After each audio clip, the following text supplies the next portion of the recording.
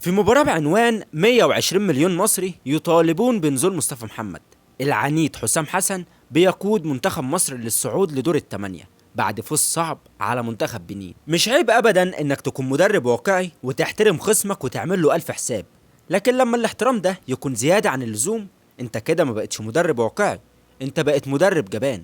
خلينا متفقين ان المنتخب النهارده اداءاته الهجومية كانت اسوأ وابطأ بكتير من الماتشات اللي فاتت، بس مع ذلك حضرتك قدرت تسجل 3 أهداف كأعلى معدل تهديف ليك من بداية البطولة. فواحد يسألني يا كابتن هادي، ازاي بتقول ان اداء المنتخب الهجومي النهارده كان سيء واحنا مسجلين 3 أهداف؟ خلينا اقول لك عزيزي المصراوي ان حسام حسن محظوظ جدا، محظوظ لان اللعيبه اللي معاه دلوقتي دي هي اكتر لعيبه متعطشه ونفسها تاخد البطوله، وعلى رأسهم طبعا محمد صلاح. محمد صلاح اللي عمل كل حاجه في الكوره مع ليفربول وبقى تركيزه كله دلوقتي على البطولة دي. كذلك مع عمر مرموش. مش ملاحظ كده وانت بتتفرج ان اول مرة محمد صلاح يلاقي جنبه لاعب يقدر يعتمد عليه، لاعب عنده كواليتي، عنده سرعة، بيلعب معاه في اقوى دوري في العالم.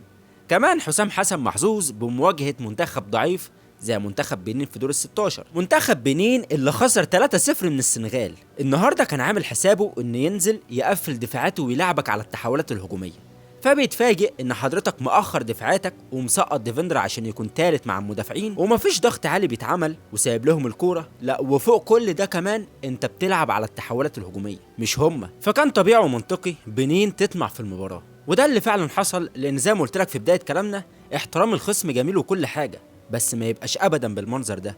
كمان للاسف لما تيجي تبص كده على انتشار لعيبه المنتخب في اول 60 دقيقه هتلاقي ان كان الانتشار عشوائي جدا. يعني ما تقدرش مثلا تقول لي واحد زي تريزيجيه او واحد زي ابراهيم عادل كانت مهمتهم ايه في المباراه، ايه دورهم في الملعب، مش هتعرف. مرموش كان واضح انه واخد حريه حركه، بس برضه كان متكتف بوجوده جوه ال 18. لو تفتكر في مباراه زيمبابوي انا قلت لك ان احسن مركز لمرموش هو المهاجم الوهمي، المهاجم اللي بره ال 18 بس بيتحرك بحريه تامه. بس الكلام ده لما يكون عندك مهاجم صريح جوه ال 18، انما تحط لي مرموش مهاجم وتطلب منه ينزل يستلم ويتحرك يمين وشمال، انت كده وقعت مرموش بدنيا، وبما ان مرموش بيتحرك يمين وشمال فبالتالي العمق اصبح صحراء جرداء، وده اللي شفناه فعلا طوال المباراه.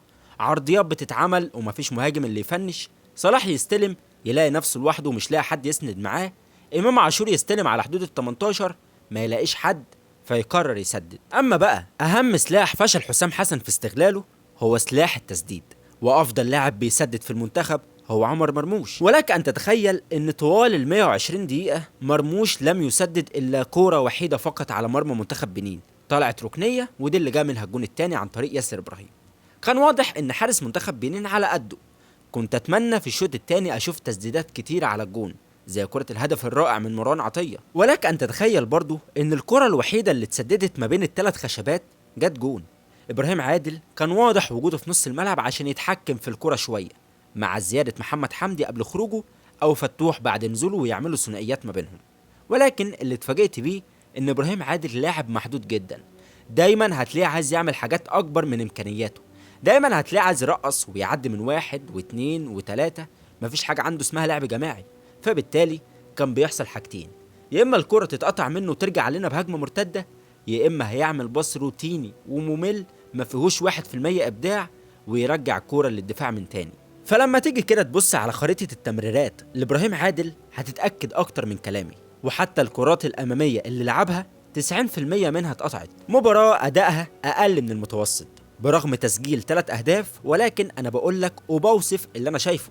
حسام حسن لو دخل دور الثمانية بنفس الطريقة دي هيكرر نفس السيناريو اللي شبعنا منه طوال السنين اللي فاتت. حاليا انت عندك لعيبه بكواليتي عالي، عندك لعيبه كويسه جدا على الدكه، لازم اساليب لعب كتيره تجاري بيها رتم اللعيبه اللي عندك دي وتجاري بيها برضو رتم المنتخبات التانية، مش اسلوب واحد، لا بقول لك اساليب لعب.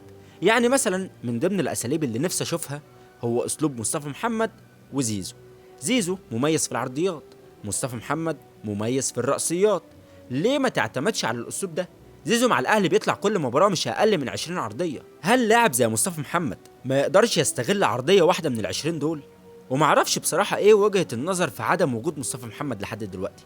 يا جماعه مصطفى محمد كان هداف المنتخب في البطوله اللي فاتت واحنا طالعين من دور ال16، ده بالنسبه للشكل الهجومي. اما بقى بالنسبه للشكل الدفاعي فهو كمان ما كانش احسن حاجه. كان واضح ان في عشوائيه من لعيبه نص الملعب، العشوائيه دي مأثره على التنظيم الدفاعي. كمان 3 سردباكات كتيره قوي على منتخب بيلعب قصادك بمهاجم واحد، ده غير الباكات اللي كانت بتدخل جوه ال 18، ده غير مروان عطيه اللي كان هو كمان بيدخل جوه ال 18. كل اللعيبه دي في منطقه الجزاء كتيره قوي يا جماعه، قادر يعمل ما بينهم حاله من الارتباك، خصوصا لو اول مره يلعبوا جنب بعض. بس برغم العشوائيه دي الا ان كان عندك لاعب راجل اسمه ياسر ابراهيم، عمل كل اللي يقدر عليه. نجم المباراه من وجهه نظري هو ياسر ابراهيم، مش عشان سجل جون في وقت مهم وخلاص، لا، الجون ده كان مجرد نهايه منطقيه لاداء دفاع استثنائي منه، يمكن احسن ماتش ليه مع المنتخب من ساعه ما بقى دولي. الجون ما كانش مجرد انقاذ للموقف، انما اللي انقذ الموقف فعلا هو اللي ياسر عمله طوال 90 دقيقه. ياسر قدم ماتش دفاعي شبه كامل، تمركز مظبوط، قرايه لعب محترمه، توقيت ممتاز في الالتحامات. انما بقى على الارض فكان دايما هادي، بيقدر ياخد الكره من غير تهور، من غير فاولات، من غير انذارات، محافظ على التوازن ما بين الشراسه المطلوبه والهدوء اللي اي قلب دفاع محتاجه. الاهم بقى ان ياسر لعب دور المنقذ لخط الدفاع بالكامل، خط الدفاع اللي كان باين عليه اللخبطه والعشوائيه في ظل كارثيه اداء حمدي فتحي في التغطيه وتراجع مستوى رامي ربيعه والانذار المبكر اللي اخده. ياسر شال الليله لوحده تقريبا، بيغطي ورا زملائه ودايما قافل المساحات بشكل كويس جدا. النوع ده من الادوار مش دايما هتلاقيه في الاحصائيات او الارقام، بس هو اللي بيكسبك الماتشات الكبيره. في الاخير وقبل ما نروح لتقييم اللاعبين، اتمنى ان اشوف اداء مقنع للمنتخب بدايه من دور الثمانيه، لان بجد الاداء اللي شفناه النهارده ده زاد من قلقي ناحيه حسام حسن. كابتن حسام، مش كل مره هتسلم الجره، انت النهارده بتكسب بسبب ان منتخب بنين منتخب ضعيف وسجل فيك جون وسجل فيك التعادل، اللي كان ممكن يسجل اكتر من كده كمان. ما بالك بقى لما تقابل منتخبات قويه. افريقيا السنه دي فيها منتخبات قويه جدا زي الكاميرون، الجزائر، مغرب، حتى منتخب مالي اللي احنا ما كناش مصنفينه، لا، المنتخب ده بيطلع منتخب تونس وبيقدم اداء قوي جدا.